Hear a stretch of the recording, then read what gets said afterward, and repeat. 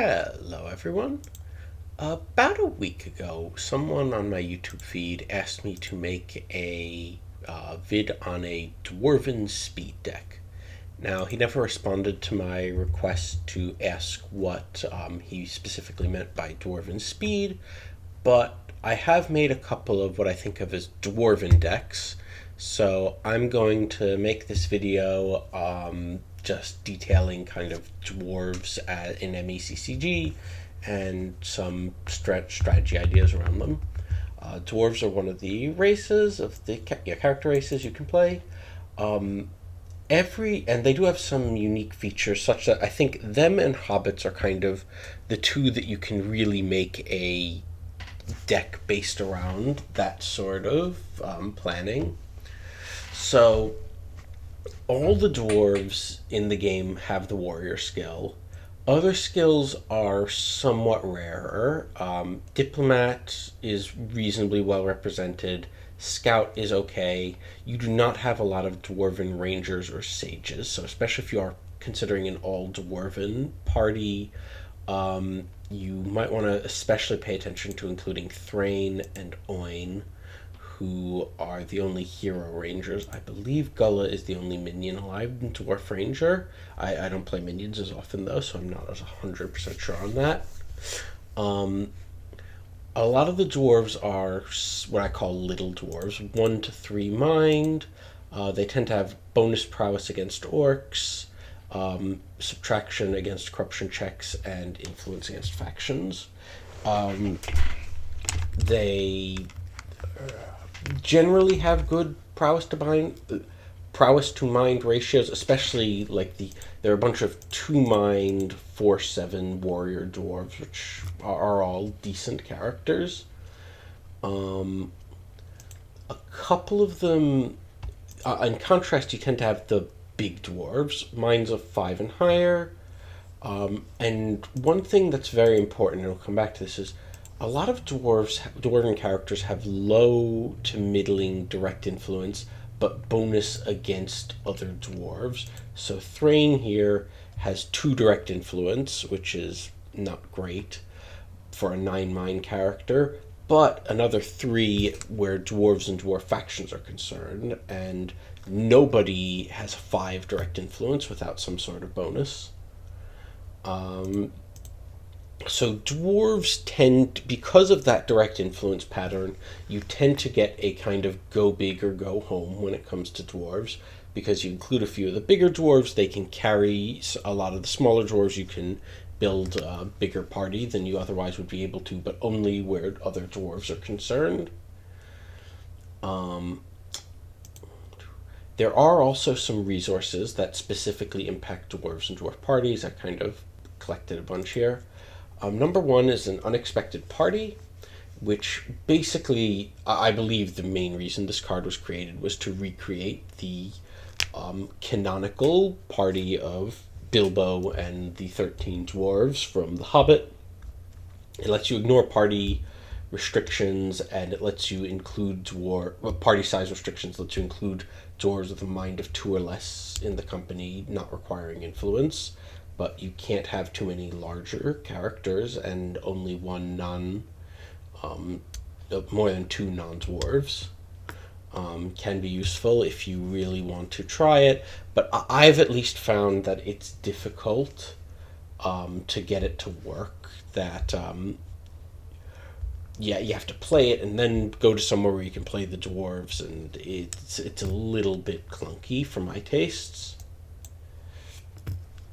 King Under the Mountain can be played on 4 specific of our big dwarves, but you do have to defeat an at-home dragon, which is much easier said than done.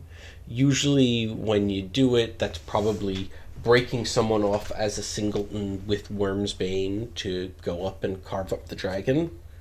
One nice thing about King Under the Mountain is that it's a permanent event, and it doesn't have to be played at the site or even at any particular point.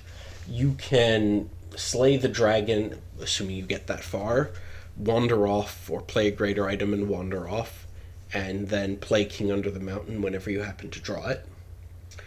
It's worth quite a lot of points, and it gives you another +5 DI, again, only against dwarves and dwarf factions. This one's a short event. It basically gives a slightly underpowered risky blow to all the dwarves in your company. Since dwarves tend towards warrior and high prowess to mind, prowess-based creature protection strategies are generally indicated, so this is just synergizes very well with it, although do be careful about the -1 body. Okay, that's all the events. There are not too many dwarven factions. You have petty dwarves in the Worthy Hill. There's also a minion version for it. Worthy Hills is in Cardolan. It's not the best place I find to play factions. It's only worth 2 points. It's somewhat difficult to get. Blue Mountain Dwarves are a bit better, I think. Bit safer, bit easier to play them. Worth 1 more point. Iron Hill Dwarves are worth 4, which is quite a lot. It's actually more than the Riders of Rohan for some reason. But you do have to get someone out to the Iron Hill Dwarf Hold, which is all the way in Dragon Country, so you are taking some risks there. Return to Exiles has to be played at a tapped or untapped site where an at-home dragon manifestation was defeated. So this syncs well with King Under the Mountain. Bear in mind, you cannot generally rely on your opponent to play at-home dragons for you to slay. So if you do want to do this kind of dragon slaying theme, my suggestion would be to load up on at-home dragons yourself and then kill them.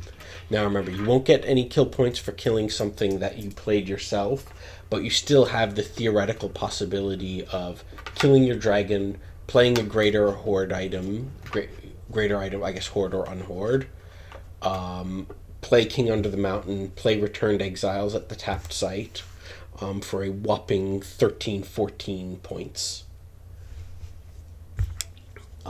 Again, very easy to actually get if you have King Under the Mountain, but playing King Under the Mountain is not exactly the easiest thing in the world to do.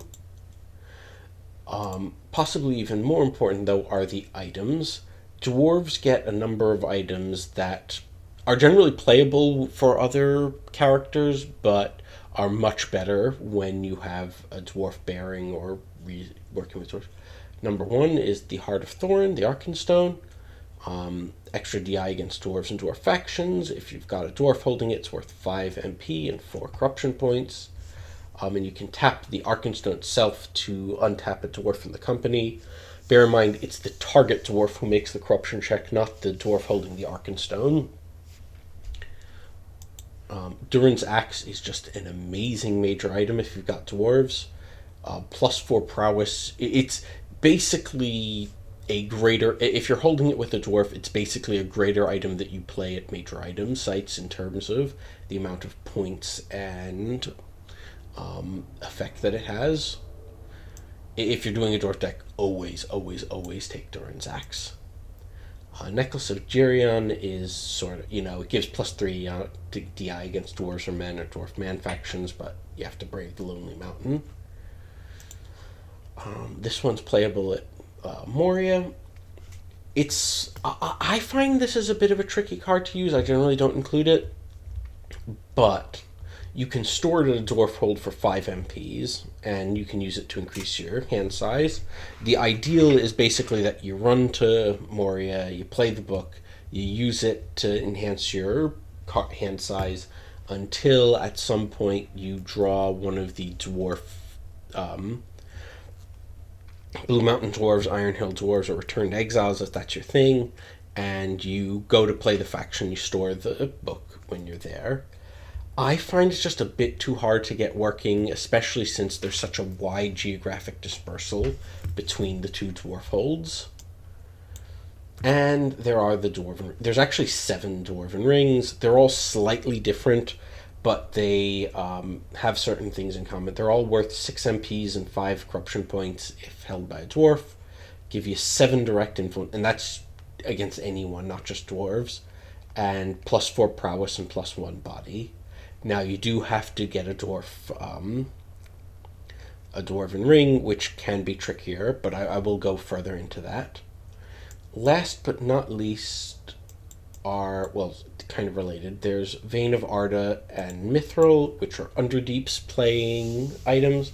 Basically, you go to any Underdeep site and you tap a Sage or a Dwarf to play Vein of Arda. Then you have to run back and store it at a haven for 2 MP. Once you do that, Mithril can be played at the Undergates. Undergates is under Moria, so be prepared for Balrogs. Yay. Now it's worth 7 Martian points. It's the single biggest item in the. It's actually worth more MP than the One Ring for some reason. And when you store it, you can immediately play a non-unique, non-special weapon, armor, shield, or helmet.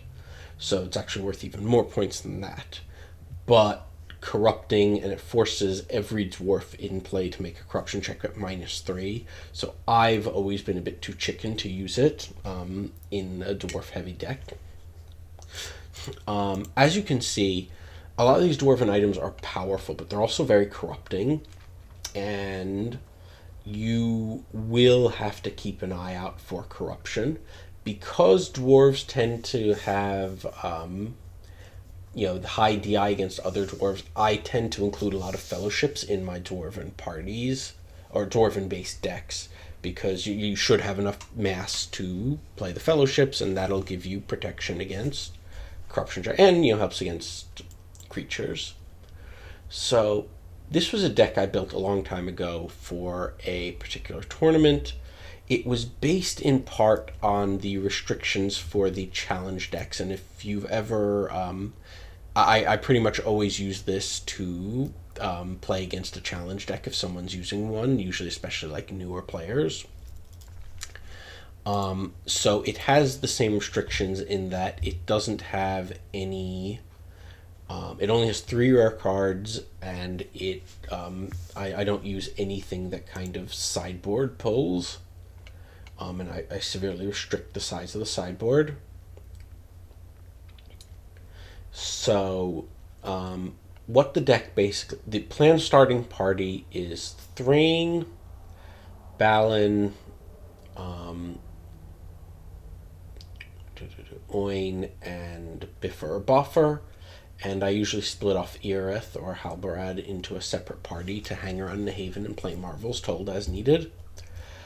Starting items are Cram for an untap as needed, and Rumors of Rings. This lets me play any any ring special item except for the One Ring from the sideboard or discard pile and place it with the card. So instead of having to play a gold ring, then test it, then have the card in hand, I just beam them straight from the sideboard into Rumors of Rings and play it from there. I have a fair complement of allies, Quick Beam, and 3 Noble Steeds. I've got five factions. They're all kind of in that east of the Misty Mountains area where I tend to hang out a lot. But the main thrust of the deck is to play 3 precious gold rings and use the 3 ring lures to just flash convert them into dwarven rings, and then use all that extra all those item points and the extra prowess and the extra DI to play more characters, play more factions, run rampant. Like I mentioned, I have the 3 fellowships for corruption protection. I also have a friend or 3, mostly for corruption protection, occasionally to boost up a faction if I can't seem to draw my dwarven rings, and some combat boosts, a few other stray items, and inevitable Marvels told to knock out nasty things. I use Alatar and Radagast as the wizards because Radagast is awesome and Alatar is awesome. Again, I like having card drawing advantages.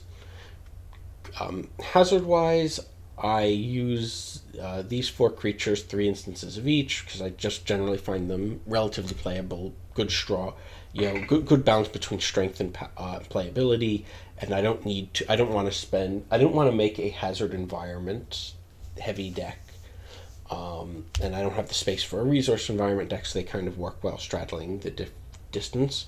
A little bit of corruption, actually a fair amount of corruption, 7 cards.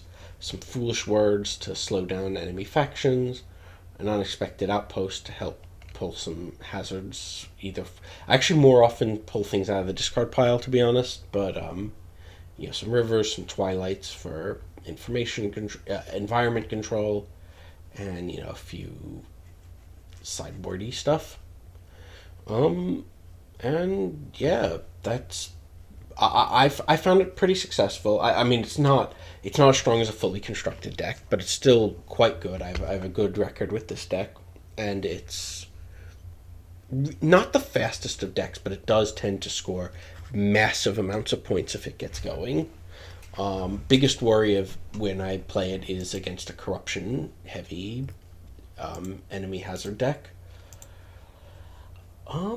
That's pretty much all I've got to say about dwarves. If anyone wants to elaborate on what could be meant by a dwarven speed deck, I'll be happy to do a follow up to this one. But for now, I hope you find this informative and entertaining.